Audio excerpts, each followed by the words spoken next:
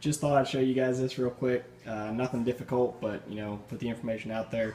As part of my little brewing project here, I'm making a bottling bucket, and this is nothing difficult, super simple, but just in case anybody's wondering how, you need a bucket, you need a bottling valve, and you need a 1-inch drill bit. You could use a spade bit, you can use an auger bit, I don't think it really matters.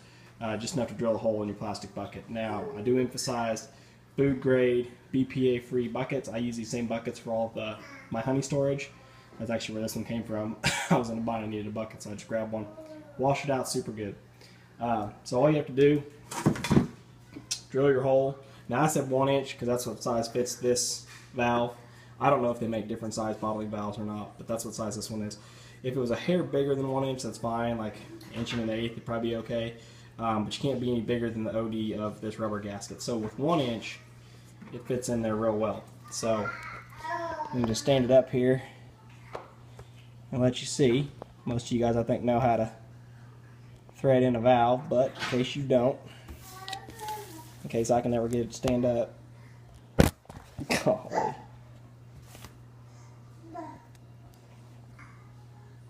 Alright, so you take your valve, and you can't shove it in because it's too tight, so what I do is actually just start it in and then thread it.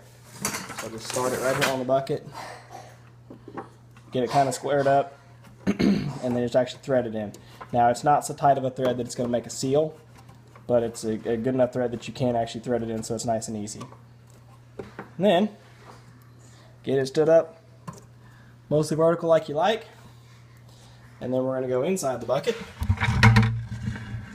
I'm going to prop this up on my belly best I can. You're going to put your rubber gasket on the back side there, and I can't do this one-handed, so I'm just going to show you for display purposes.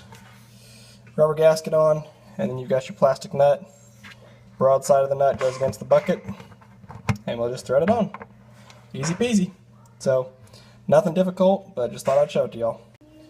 So there you go. Just for demonstration purposes, I've put water in the bucket up to above the valve level, and check outside. Nothing's dripping, nothing's leaking. Now this valve to me is a little bit I guess confusing, just because in my mind, whenever I think about a valve being lined up with the flow, then it's open, but this one's actually not. So you got a 180 degree turn on it, but see, this is still closed. So the 90 degrees to the right is all closed, and then 90 degrees to the left is wide open.